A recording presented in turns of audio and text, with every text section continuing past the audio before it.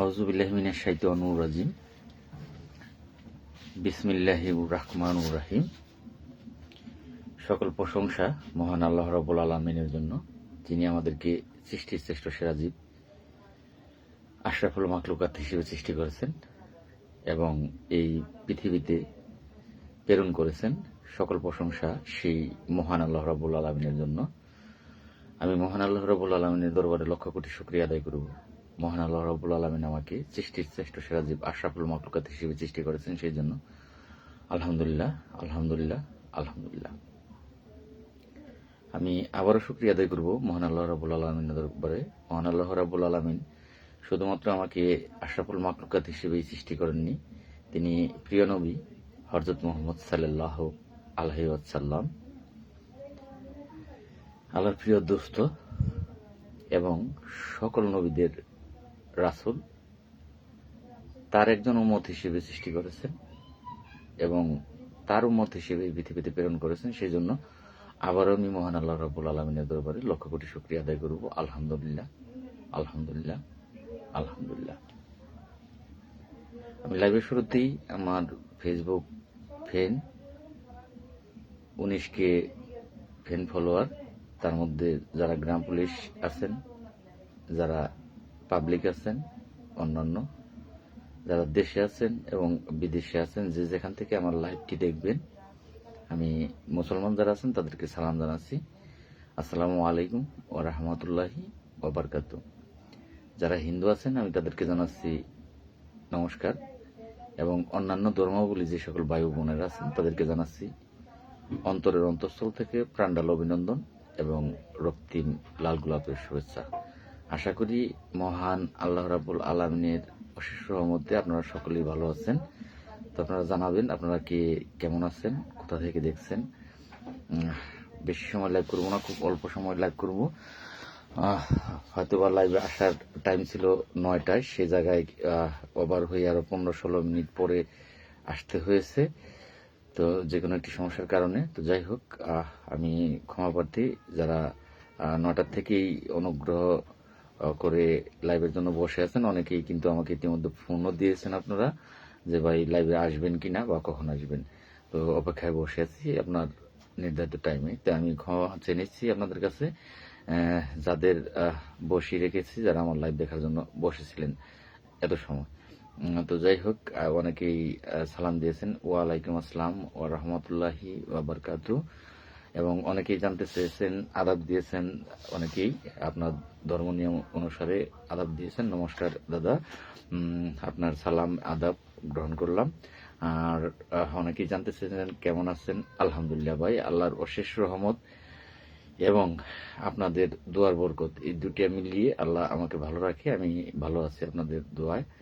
যদিও মানুষ এই সামাজিক জীব, সমস্যা ভালো মন্দ এটা নিয়ে মানুষের জীবন, তো তার মধ্যেও শুকরিয়া আদায় করতে হবে অবশ্যই যে আল্লাহ পাক আমাকে ভালো রেখেছে, আলহামদুলিল্লাহ।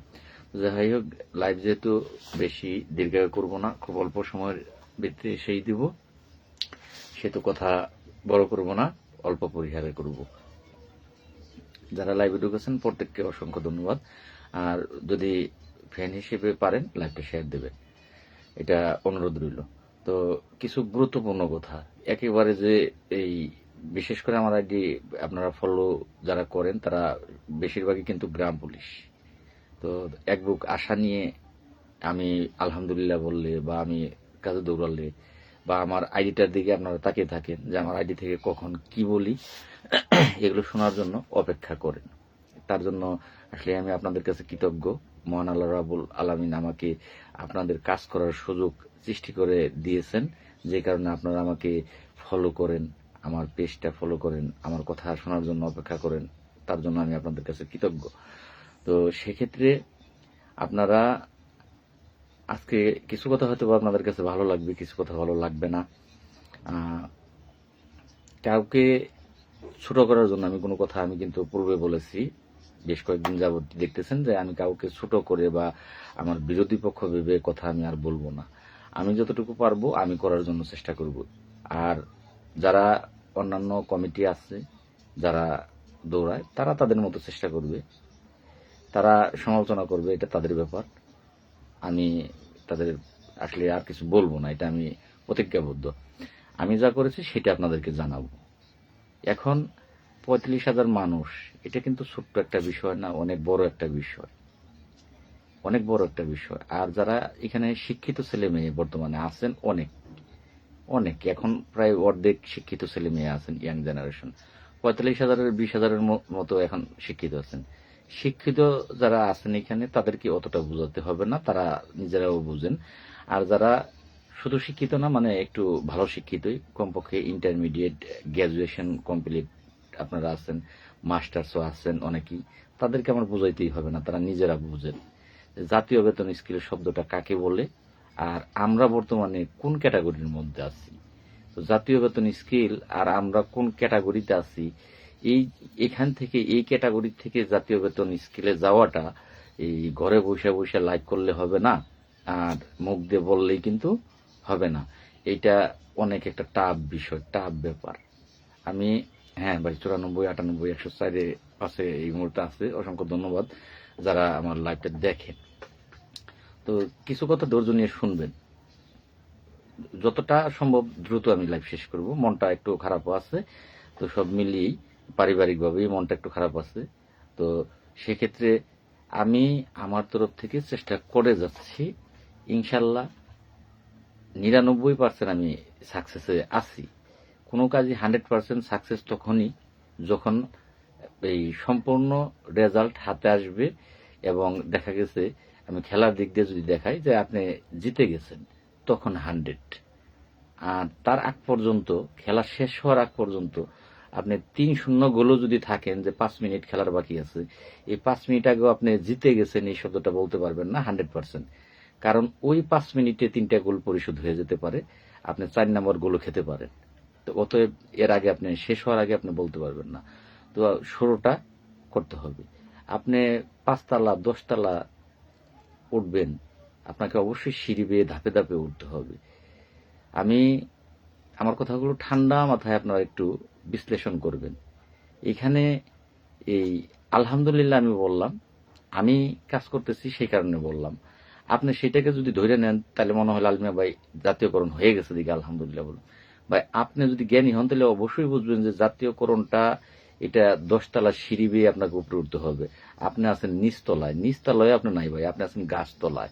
কারণ নিচতলায় যদি থাকতেন তাহলে আপনি বেতন কমপক্ষে বর্তমানে 15-16 হাজার টাকা থাকতো, যদিও জাতীয় বেতন স্কেল না থাকতো, 15-16 হাজার টাকা থাকতো, তাইলে আপনি নিচতলায় থাকতেন। আপনি আছেন, আমরা আছি বর্তমানে গাছতলায় ভাই।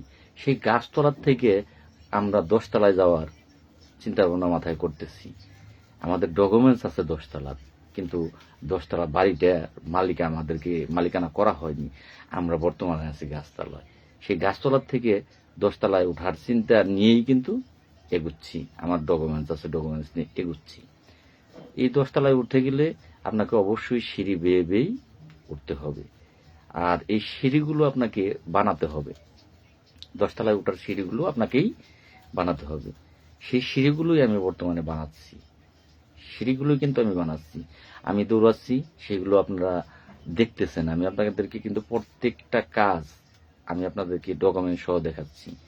নির্বাচনী ভাতা ইনশাল্লাহ আপনারা পাবেন, 7 দিনের নির্বাচনী ভাতা পাবেন, খুব সম্ভবত 8 দিনেও পেতে পারেন, এটা 100% নিশ্চিত। এই নির্বাচনী ভাতার আবেদন আমি কিন্তু এই গতকাল, তার আগের দিন করিনি, এটা কিন্তু আরো আগে করেছি। আপনাদের সেই ডকুমেন্টস তখনও দেখিয়েছি, আর ডকুমেন্টসটা আমার হাতে এখনো আছে। তো নির্বাচন ভাতার জন্য আবেদন আমি আরো আগে করেছি, সেটা পাবেন। আর আর্লি যেটা এই করলাম, সেটা গতকালকের আগের দিন একটা করেছি, আর গতকালকে একটা করেছি মন্ত্রণালয়ে আমাদের উপদেষ্টা বরাবর, মাননীয় উপদেষ্টা যিনি, তার বরাবর। উপদেষ্টার সাথে তো আর যখন তখন কথা বলা সম্ভব না, তবে সচিবদের সাথে ইচ্ছা করলে, চেষ্টা করলে কথা বলা যায়। তাদের সাথে কথা হয়েছে, ইনশাল্লাহ আপনারা নির্বাচনী ভাতা পাবেন। নির্বাচন কমিশনে গিয়েছিলাম, সেখানেও কথা হয়েছে, ইনশাল্লাহ আপনারা নির্বাচনী ভাতাটা পাবেন। তো চেষ্টা করতে হবে, বাকিটা আল্লাহ পাকের ইচ্ছা। আমি কিন্তু আপনাদেরকে গতকালকের আগের দিন একটা পোস্ট করেছিলাম বা লাইভেও বলেছি যে একজন মুসলমান নামাজ পড়ে, হিন্দু যে সে পূজা করে, খ্রিস্টান যে সেও এই তার ধর্ম মোতাবেক সে কি বলে উপাসন করে। তো এই তিনটা ধর্মই আমরা কেউ কি কিন্তু ভগবানকে দেখিনি, আল্লাহকে দেখিনি।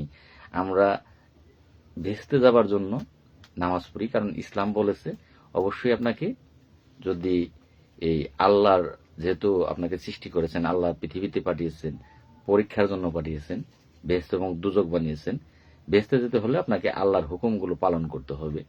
তারপরও আপনি যেতে পারবেন না যদি আপনার হুকুম কবুল না হয়। এটা হাদিসের বর্ণনা মোতাবেক। পূজার পাতা ভাই পাইবেন, আমি একটু আমাকে সময় দেন, আমি বলবো। পান নাই, অনেকগুলো কথা আছে, কথাগুলো বলবো। গড় জড়তে হবে, আমার 100% সহযোগিতা আপনাদের জন্য থাকবে। কথাগুলো আমি বলতেছি। আজকে একটা জায়গা থেকে ফোন আসছে, ইউনো টাকা আসছে, সরকারি টাকা আসছে 3 মাসের, 1 মাসের ইউনো দেবে, আর 2 মাসেরটা ইউনো অন্য কাজে লাগাবে, পরে দেবে। আমি তাদেরকে বলে দিছি ইউনোরে গোল দাগ দিয়ে আটকান, গোল দাগ দিয়া। সেই থানাতে অলরেডি গ্রাম পুলিশের বলে দিয়েছি ইউনোকে গোল দাগ দিয়ে আটকান। উনি একজন মানুষ, আপনি একজন মানুষ। 3 মাসের বেতন সরকার থেকে আসছে, উনি 1 মাসেরটা দেবে, 2 মাসেরটা উনি অন্য কাজে লাগাবে, পরে লাগাবে। এটা ওনার বাপ দাদার পৈতৃক সম্পত্তি না। উনাকে গোল দাগ দিয়ে আটকান। যত প্রকারের সহযোগিতা করতে হয় আমি লাল মিয়া করবো, যেইখানে অব্দি যাইতে হয়। ওনারা গোল দাগ দিয়ে আটকাইবেন, ওনারে 1 মিনিটের জন্য বের হইতে দিবেন না আপনারা, আমি বলে দিছি। তো যাই হোক, এই কথাগুলো পরে বলতেছি। আপনার একটা ভাই প্রশ্ন করছেন, প্রশ্নের পরিপ্রেক্ষিতে বললাম। এই জীবনটাই তো আপনাদের জন্য সেই দিছি, বাকি যতটুকু আছে সেই দিব। কিন্তু অন্যায়ের এই কাছে মাথা নত করে বসে থাকবো না, আমি থাকবো না। ওই ইউনোর বিরুদ্ধে আমি দাঁড়াবো, আপনারা দাঁড়ান, আমি দাঁড়াবো। আমার সম্পূর্ণ সাপোর্ট আপনাদের জন্য থাকবে। জেল ফার যা হবার হবে। যে কথাটা বলতেছিলাম সেখানে একটু আবার যাই। তো নামাজ আদায় করতে হবে। বেহেশতে যাবেন কি না যাবেন না সেটা আপনি কিচ্ছু জানেন না, এটা সম্পূর্ণ আল্লাহর হাতে। আপনি নামাজ পড়তেছেন, হজ করে আসলেন, জাকাত দিচ্ছেন, কিন্তু কোনো কারণবশত আল্লাহ আপনার এগুলো কবুল করলো না, আপনি তাহলে তো বেহেশতে যেতে পারবেন না। কিন্তু তাই বলে আপনি নামাজও বাদ দিতে পারবেন না, কারণ বেহেশতে যেতে হলে এগুলো করতে হবে। কিন্তু বেহেশতে আপনি যাবেন কি যাবেন না সেটা সম্পূর্ণটাই মহান আল্লাহ রাব্বুল আলামিনের হাতে। তিনি যদি আপনার এগুলো কবুল করেন, আপনার ইবাদত বন্দেগিরি কবুল করেন, তাহলে আপনি বেহেশতে যাবেন। আপনাকে বেঁচে থাকতে হলে কাজ করতে হবে, কাজ না করলে আপনার সংসার চলবে না। আর যদি পৈতৃক সম্পত্তি মূল্যে আপনি এই বড় লোকের সন্তান হয়ে থাকেন, যে আপনার বাপের অট্টালিকা পাহাড় সম্পদ পরিমাণ সম্পদ রেখেছে, আপনি সেগুলো বসে বসে খাবেন। আমরা কথাটা কিন্তু বুঝতে হবে, যদি না বুঝেন কথাটা কিন্তু আমি অন্য ভাষায় বলছি। পৈতৃক সম্পত্তি আপনার বাপে থাকলে বসে বসে খাবেন। যেমন আপনি যদি ধরেন 10 গ্রেডের চাকরিতে ঢুকছেন, তাহলে পৈতৃক সম্পত্তির মধ্যেই আপনি ঢুকছেন, বসে বসে আপনি টেনশন নাই, ডিউটি করবেন, বেতন পাবেন, খাবেন। এটা হলো পৈতৃক সম্পত্তি। যেহেতু ঢুকছেন গ্রাম পুলিশে, গ্রাম পুলিশের কোনো কিছুই দেয় না, থাকা সত্ত্বেও দেয় না। গ্যাজেট আছে জাতীয় বেতন স্কেলে দেয় না। ওই যে বাতাই বলেন, বৈশাখী ভাতা বলেন, ক্রান্তি বিনোদন ভাতা বলেন, দেয় না। অনেক অনেক উপজেলায় আছে যেটা যাতায়াত ভাতা, এটা আপনার একেবারে প্রাপ্য হোক। 6,500 টাকা বেতন, থানা হাজিরায় 1200-1400 টাকা লাগে, 1500, কোনো কোনো ইউনিয়ন থেকে আসতে 1500 টাকা মাসে লাগে থানা হাজিরা দিতে। আপনার বেতন থেকে দিবেন? সরকার থানা হাজিরা বরাদ্দ দিছে, কারো বাপের সম্পত্তি দিব, কিন্তু দেয় না, এগুলো তো দেয় না। তো যেগুলো অনুমোদিত আছে সেগুলোই দেয় না, তাহলে কি করে আশা করেন আপনি যে ঘরে বসে থাকবেন আর জাতীয় বেতন স্কেল আপনাকে ঘরে নিয়ে ডাকিয়ে দিয়ে আসবে? আপনি চেষ্টা করবেন না, কোনো কিছু করবেন না, আবেদন পর্যন্ত করবেন না। ওই জুন মাস আসবে, জুন মাসের আগের মাস থেকে শুরু করবেন, মার্চ মাসে যাবেন গ্রাম পুলিশকে দেখানোর জন্য। আমরা দৌড়াইতেছি, সরকারের সাথে কথা হইতেছে। এই মার্চ মাসে, মার্চ এপ্রিল মে মাসে, মানে জুনের আগের মাস, মে মাসে যাবেন। জুন মাসে বাজেটে বরাদ্দ হয়, আর আপনারা দিয়ে দিল। এটা হয়? এটা কখনো ভাই হবে না। আমি আপনাদের জন্য কিছুই করতে পারিনি। যদি পারতাম তাহলে তো আমি আমার জীবনটাই সার্থক হতো। আমি শুধু চেষ্টা করতেছি। আমি কিন্তু বলিনি যে কোনো কাজ এইটা আমি একেবারেই করে ফেলবো। আমি চেষ্টা করার মালিক ভাই। 5 তলা 10 তলায় ওঠার জন্য যে সিঁড়িগুলো সেগুলো আমি বানাচ্ছি। তো যদি আপনারা বুঝেন, কেউ বিরূপ মন্তব্য করবেন না। যারা বুঝে তারা আমাকে নিজেরা ফোন দিয়ে বলে যে লালমিয়া ভাই আপনি চেষ্টা করেন। আপনার এখানে কিছু করার নাই, কারণ আপনার স্বাক্ষরে তো আর হবে না। আপনি একটা স্যারের কাছে যাবেন, স্যার যদি স্বাক্ষর দেয় তাহলে হবে। কিন্তু আমি তো এই দিনাজপুর থেকে স্যারের কাছে যাইতে পারতেছি না, আমি তো চট্টগ্রাম থেকে স্যারের কাছে যাইতে পারতেছি না। কিন্তু আপনি কাছাকাছি আছেন, আপনি যাইতে পারতেছেন, আপনি সপ্তাহে 3 দিনই যাইতে পারতেছেন। এখন আপনি চেষ্টা করেন, মালিক আল্লাহ, আর স্যারেরা যদি দয়া হয় তাহলে হয়ে যাবে। কিন্তু চেষ্টাটা আপনি ছাড়বেন না, চেষ্টা চালিয়ে যান। যারা জ্ঞানী, যারা শিক্ষিত তারা এটা বুঝে। আমিনুল ইসলাম ভাই এখন লাল ভাইকে ফোন দিয়েন না। তো হ্যাঁ, কেউই এখন ফোন দিয়েন না। তো যাই হোক, আমি চেষ্টা করতেছি। মাননীয় প্রধান উপদেষ্টার কাছে আবেদন দেওয়া হয়েছে, আপনারা দেখেছেন। সে আবেদনেও বলা আছে, আবেদনের কপি আমার ফেসবুকে পোস্ট করা আছে। আমি ওই কথাগুলো বলে এখানে দীর্ঘ করব না লাইভটা। আপনারা কপিগুলো দেখলেই বুঝতে পারবেন যে আমি যে আবেদনগুলো লেখি আর অন্যান্যরা যে আবেদনগুলো লেখে, এই দুইটা আবেদন আপনারা একটু পড়ে মিলিয়ে দেখেন, তাহলে বুঝবেন যে আবেদনের ভিতরে তারতম্য। আবেদনের ভিতরে যারা শিক্ষিত আছে তারা বুঝবেন যে আবেদনেই কথা বলবে যে আসলে কে কি চাচ্ছে বা কে কি আবেদনটা লিখতে পারতেছে। আমি ওনাকে লাইভে কল দিয়েছি, আমি ইসলাম ভাই। যাই হোক ভাই, আমি আপনাদের কমেন্টগুলো পরে দেখি। তো এখন বিষয় হলো, আপনারা জাতীয় বেতন স্কেলের যেই, আমি একটা দুইটা ভাইয়ের মানে তাদের মনের তাদের কথার উপর একটু আমার আসলে এটা থাকবেই, বিরোধী থাকবে। তারপরে কিছু শিক্ষিত গাদা আছে, শিক্ষিত গাদাও আছে এখানে। তারা তো গাদাই, আসলে গাদা কখনো গোড়া হয় না, গাদা কখনো গোড়া হয় না। কমেন্ট করেছে কয়েকজন। আমি ব্যাখ্যা দিচ্ছি পে কমিশন নিয়ে। পে কমিশন, এখন সাংবাদিক দেশে অভাব নাই। এক সাংবাদিক একটা লেখে, আরেক সাংবাদিক আরেকটা লেখে, আরেক সাংবাদিক আরেকটা লেখে। পত্রিকার অভাব নেই, অনলাইন সাংবাদিকের অভাব নেই। অনলাইন সাংবাদিক তাজা মানুষের মাইরে হালায় আর মরা মানুষের জীবিত রাখে। এটা হচ্ছে অনলাইন সাংবাদিকদের কাজ। তারা একটা খবর গরম করার জন্য, তাদের আইডি গরম করার জন্য একটা খবর তারা লেখে। আচ্ছা, আমি আপনাদেরকে ব্যাখ্যা দিচ্ছি যে পে কমিশন বা মাননীয় অর্থ উপদেষ্টা তিনি বলেছেন যে এই সরকার এই পে কমিশনের যে পে স্কেল সেটা বাস্তবায়ন করবে না, বাস্তবায়ন করবে পরবর্তী নির্বাচিত সরকার। আচ্ছা, এবার আসেন, পে কমিশনের এই প্রস্তাবটা পরবর্তী নির্বাচিত সরকার এসে বাস্তবায়ন করবে, এটা প্রধান উপদেষ্টা, দুঃখিত, মাননীয় অর্থ উপদেষ্টা বলেছে। ধরে নেন কথাটা রাইট, ধরে নেন কথাটা রাইট, এটাই রাইট কথা। এই সরকার বাস্তবায়ন করবে না, করবে কে?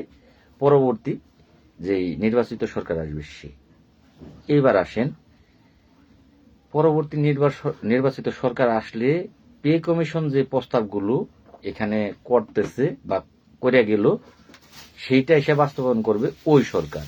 তাইলে যদি এই প্রস্তাবনার ভিতরে আমাদের নামই না থাকে, তাহলে পরবর্তী নির্বাচিত সরকার আসলে আমাদের কোনো কাজ হবে? আপনারা বলেন, কোনো কাজ হবে? এই সরকার পে কমিশন গঠন করছে। পে কমিশনটা, এই পে কমিশন যদি, ভাই আপনারা অনেকেই আমাকে এখন আবার ফোন দিতেছেন, কেউ ফোন দিবেন না। যাই হোক, আমি রিসিভে ওই কাটতেও যেতেছি না, ইয়েও যেতেছি না, কেউ ফোন দিবেন না। তো যদি পরবর্তী নির্বাচিত সরকার আইসে এই পে কমিশন যে রিপোর্টগুলো দিয়ে গেল এইটা বাস্তবায়ন করে, যে এই সরকার করলো না, তাহলে সেইখানে যদি গ্রাম পুলিশের প্রস্তাবনা না থাকে তাহলে তো তখনও হবে না, এখনো হচ্ছে না, তখনও হবে না। তখনের সরকার, নির্বাচিত সরকার আইসেই পে কমিশনের যে রিপোর্ট, যেটা চূড়ান্ত রিপোর্ট প্রতিবেদন জমা দিয়ে গেছে, সেটাকে নির্বাচিত সরকার বাস্তবায়ন করলো। করার পরে কি দেখা গেল যে গ্রাম পুলিশের এটা এখানে নাই, গ্রাম পুলিশের কপালে কিছু নাই। আর যদি এই পে কমিশনের প্রস্তাবপত্রের ভিত্তিতে গ্রাম পুলিশের নামটা থাকে, তার জন্য আমরা সকলে মিলে চেষ্টা করি, আমি, আপনি, আপনারা, এই কমিটি, সেই কমিটি, সকলে মিলে চেষ্টা করি, পে কমিশনের মধ্যে শুধু নামটা রইল। এই সরকার দিল না, পরবর্তী সরকার এসে এক সিদ্ধান্ত নিবে, তখন তো হবে। এখন আপনি কি মনে করতেছেন যে এটা মামুর বাড়ির আপনি আজকে চাইলেন, কালকে আপনার বেতন ঢুকিয়ে দেবো সরকার, জাতীয় বেতন স্কেল কালকে আপনাকে ঢুকিয়ে দিব? তাই যদি এই সরকারও আপনারা বেশ কিছু লোক এখন আমাকে ফোন দিয়ে যাচ্ছেন, প্রত্যেকে জ্ঞানী লোক, কিন্তু যারা ফোন দিতেছেন তারা জ্ঞানী, আমার লাইভ দেখেন তারা, কিন্তু এখন ফোন দিচ্ছেন আপনারা, আমি বুঝলাম না যে কেন দিচ্ছেন। আবার কিছু বলতে পারতেছি না, তারাই আমাকে সহযোগিতা করতেছেন। এই রাঙামাটি থেকে নীলরঞ্জন চাকমা দাদা ফোন দিচ্ছেন, আপনার অবদান, কারণ আপনার সাথে আমি রাগ ভালোবাসা দুইটাই করতে পারি, ভালোবাসার জায়গা থেকে আপনি আমাকে টিকিয়ে রেখেছেন। আমি এই যে ঢাকা দৌড়াই, এই রাঙামাটির অবদান সবচেয়ে বড়। যখন তখন রাঙামাটি থেকে আমার প্রতি সপ্তাহে না হলেও তারা 2000, 1000, 1500 প্রতি সপ্তাহেই তারা আমাকে সহযোগিতা করে। আমি তাদের অনেকটাই অবদানে আমি ঢাকা দৌড়াতে পারতেছি। তো দাদা, পরবর্তীতে আমি কথা বলবো, যদি লাইভ দেখে থাকেন তাহলে তো এখন না। তো যাই হোক, হ্যাঁ ভাই, আমার একটি ভাই লিখেছেন রফিকুল ইসলাম ভাই, যদি নাম না থাকে তাহলে কাজ হবে না। তাহলে এখন বিশ্লেষণ, এই সরকার দিব না, আপনার এত দরকার নাই তো। এই সরকার না দিলে না দিলে তো এটা শুধু আপনার না, এটা বাংলাদেশের, আপনারা, আমরা 45,000, এটা 22 লক্ষ সরকারি কর্মচারী জড়িত এখানে, এটার সাথে 22 লক্ষ সরকারি কর্মচারী জড়িত। আপনি তো এটার সাথে ছিলেনই না। আমি লাল মিয়া যদি চেষ্টা না করতাম, কারণ অন্যান্য যারা আমাদের বয়োজ্যেষ্ঠ সিনিয়র আছে, যারা আমাদের সম্মানী গুরুজন, অন্য কমিটির যারা আছে, তারা তো পে কমিশন বিশ্বাসই করে না, বা তারা পে কমিশনের কাছে আগেও যায়নি, এখনো তারা কিন্তু বিশ্বাস করতেছে না পে কমিশন।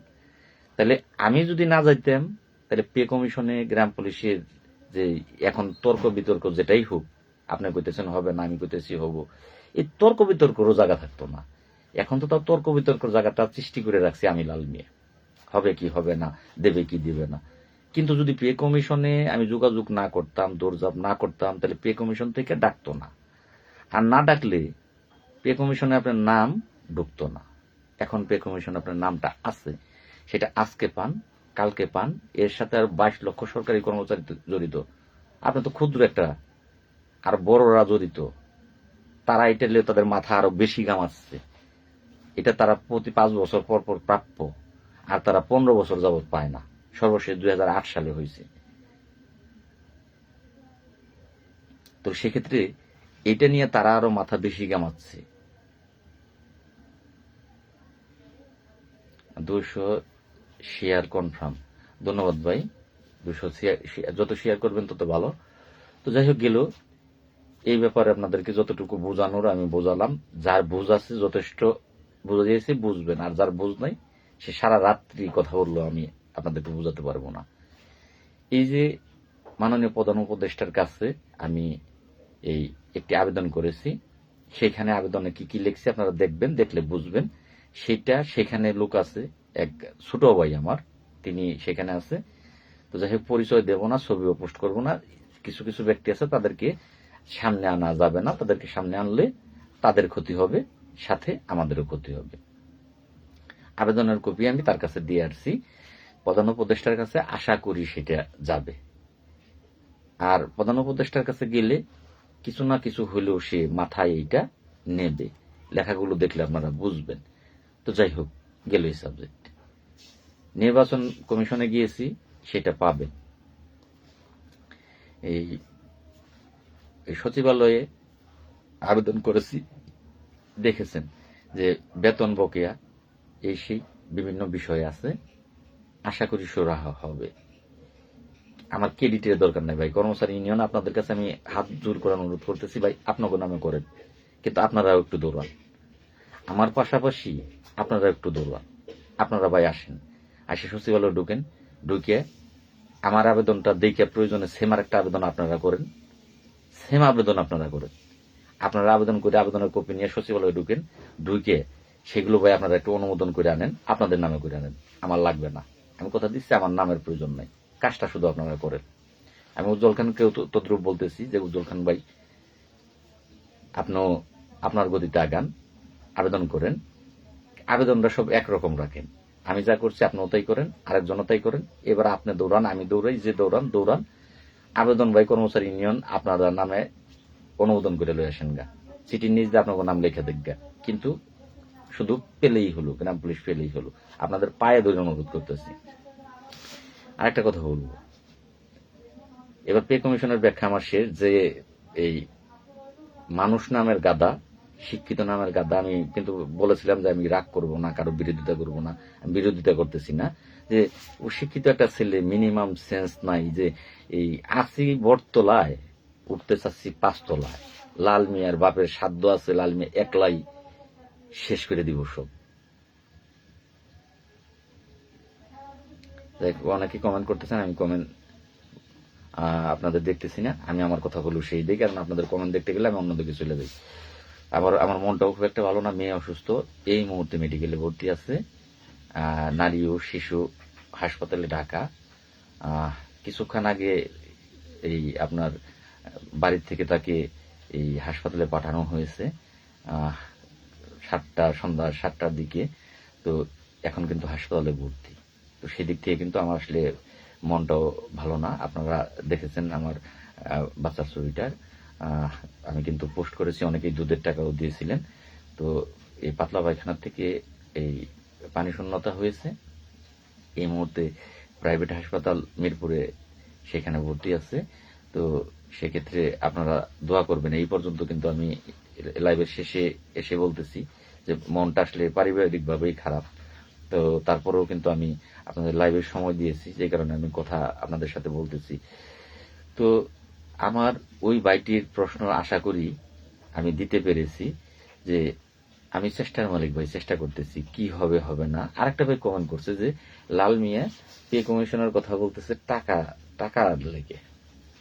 আমি তাকে প্রশ্ন করছি যে আপনি যদি মার বুকের দুধ খেয়ে থাকেন, আপনি বলবেন তো কয় টাকা দিচ্ছেন লাল মিয়াকে। কমেন্টের রিপ্লাই কিন্তু আর আসেনি।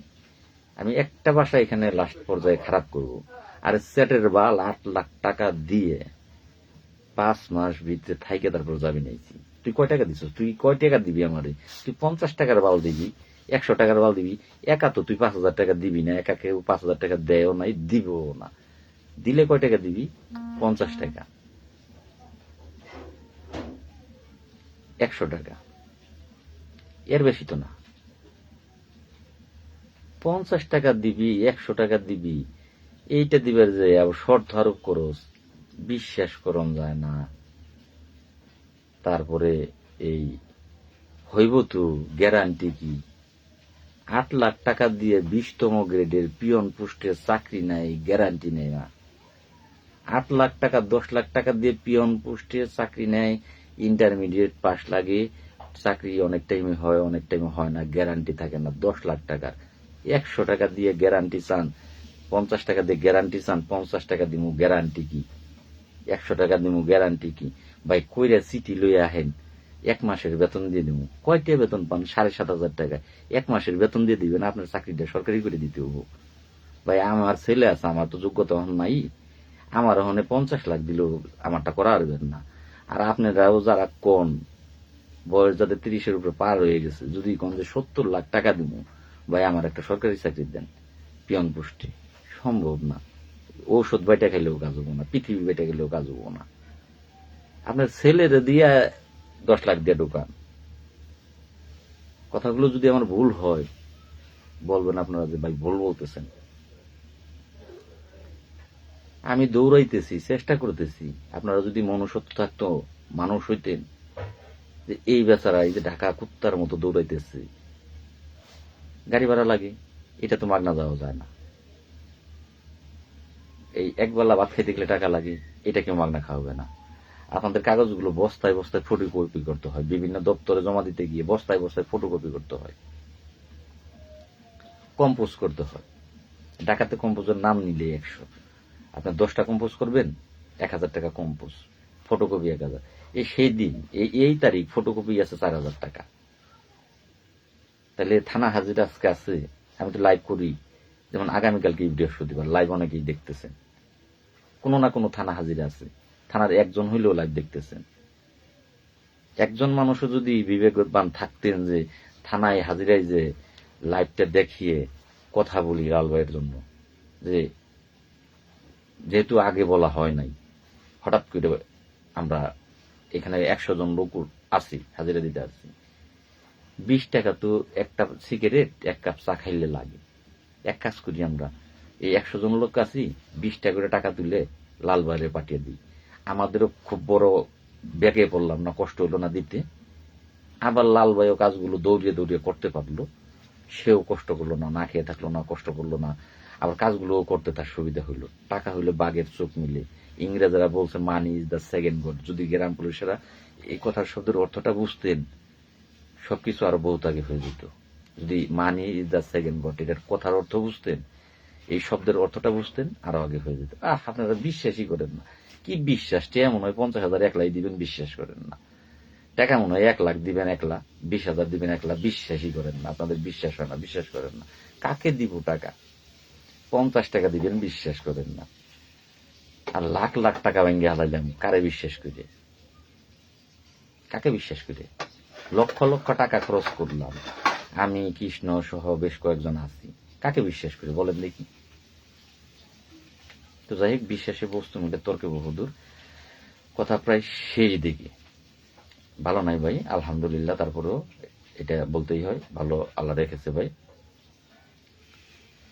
যদি আপনাদের ভালো লাগে আমার কথা আর মনে হয় যে কথাগুলো রাইট, যতক্ষণ পর্যন্ত আপনারা স্মার্ট না হবেন, সচেতন না হবেন, স্মার্ট না হবেন, আমার দরকার আছে ব্লেজার পরে ওই অফিসে যাওয়ার কোনো প্রয়োজন আছে? ব্লেজারটা কেন পরে জানেন? একটা জায়গার পরিচয় দেবেন, আপনার তো গেট গেট অনেকে এখন কমে গেছেন গা। একটা জায়গার কথা বলিনি, শুধু বলেছি ভিআইপি জায়গাতে গিয়েছি, সেটা প্রমাণ সহ কয়েকদিনের মধ্যে দেখাবো। এখন ওই ভিআইপি জায়গায় না লঙ্গি পরে যাওয়া যাইব, না নোংরা অবস্থায় যাওয়া যাইব। লঙ্গি পরে তো যাইতেই দেবে না, আর নোংরা অবস্থায় গেলে আপনার বসতেই দেবে না। সেখানে সেখানে ঢুকতে হইলেই আপনাকে ব্লেজার পরতে হবে, স্মার্ট পোশাক আশাক নিয়ে সেখানে যাইতে হবে, শরীর দিয়ে সেন্টের গন্ধ আসতে হবে। যদি ঘামের গন্ধ আসে,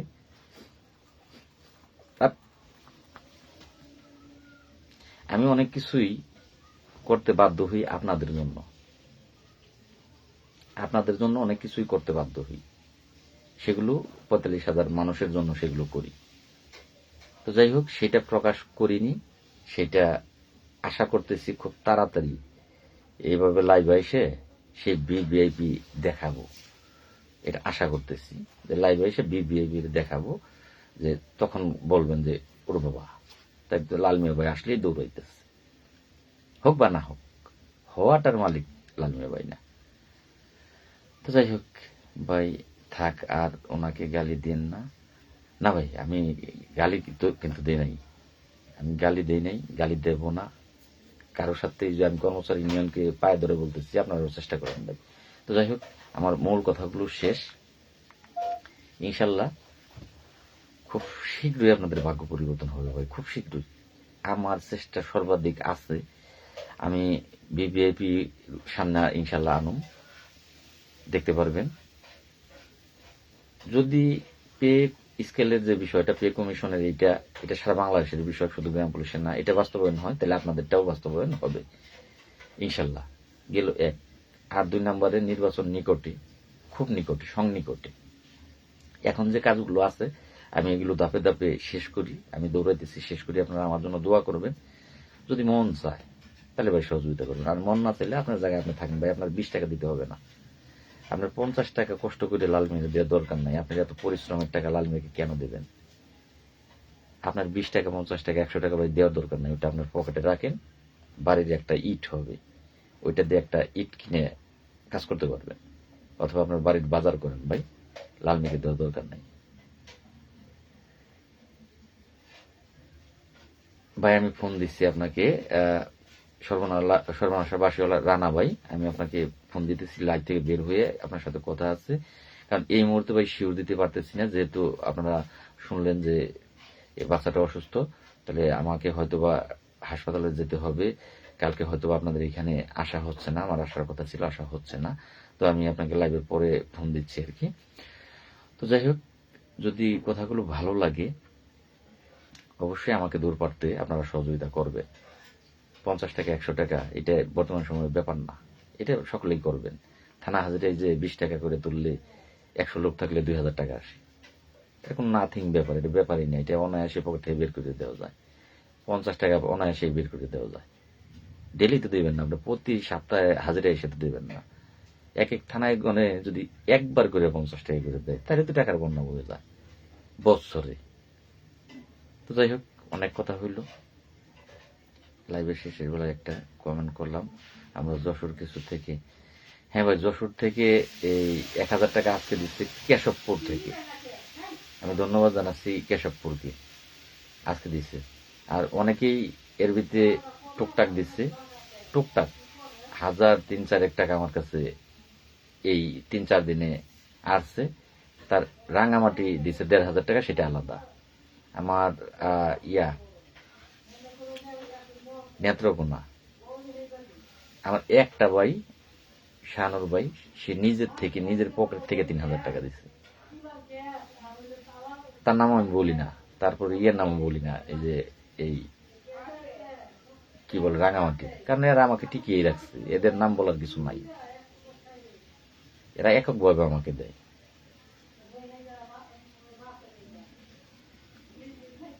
সোহেল রানা সাজু ভাই, আসলে আমি আপনাদের সাথে যোগাযোগ করতে পারবো না, আপনারা আমার সাথে দয়া করে যোগাযোগ করবেন, কারণ আমার প্রত্যেকটা পোস্টের নিচে আপনার নাম্বার মাইন্ড করবেন না, ইফ ইউ ডোন্ট মাইন্ড, আপনার নাম্বার আমার কাছে নাই। 2 নম্বরে দেখা গেল যে আপনার ইয়েও কিন্তু আমার কাছে নাই, এই যে সকলের নাম্বার সেভ করাও সম্ভব না। তো অতএব আপনারা আমাকে ফোন করবেন। তো যাই হোক, সকলে ভালো থাকবেন, আমার জন্য দোয়া করবেন, আমার পরিবারের জন্য দোয়া করবেন, আপনাদের জন্য আমার দোয়া রইল। ধন্যবাদ সকলকে, লাইভ থেকে বিদায় নিচ্ছি। আসসালামু আলাইকুম ওয়া রাহমাতুল্লাহি ওয়া বারাকাতুহু।